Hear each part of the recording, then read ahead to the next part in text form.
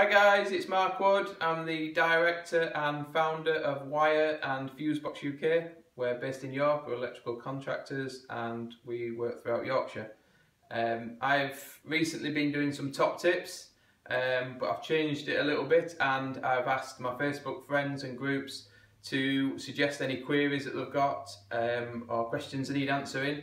And the first one's coming this morning from Emma. So this is top tip number 5, and this question actually really resonates with me for 2 reasons really. One, that I've got 2 children myself and one on the way, and number 2, when I was little, my parents heard a bang in the living room and walked in and I had a screwdriver stuck in the socket. Like I say, it really resonates with me because it's a story that's lived with me all my life, and obviously it's very important as well when children's safety is involved. So yeah, so Emma's question was, are the plastic plug-in covers that go into sockets safe?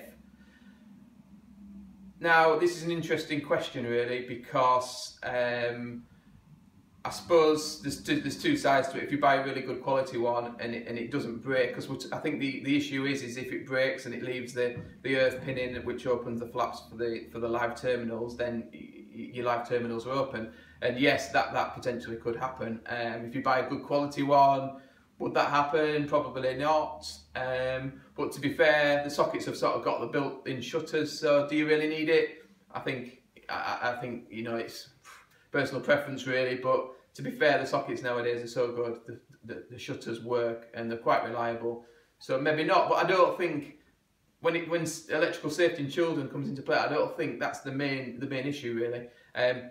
From my point of view, and my advice would be, if you've got children in the house, you must have your electrical system checked by an electrician. You can get any local electrician to do it. It's not as expensive as you'd probably think it was. You must make sure, by the way, that the electrician is registered with a governing body, so they can certify the work properly. But yeah, that would be my advice. Yeah, there's an issue with the plug-in sockets, but the main thing is to get it checked and get a certificate, and any issues will be brought up and then they can be rectified. The main one, just quickly for me, is that I think my top tip number 1 talked about RCDs, and when children and safety and electrical come into play, then that is the main thing. You must have an RCD on your electrical system, because that is what turns it off quick enough before anyone gets injured. And like I say, particularly children messing around, that's what you need. You must have an RCD. So I hope that answers the question.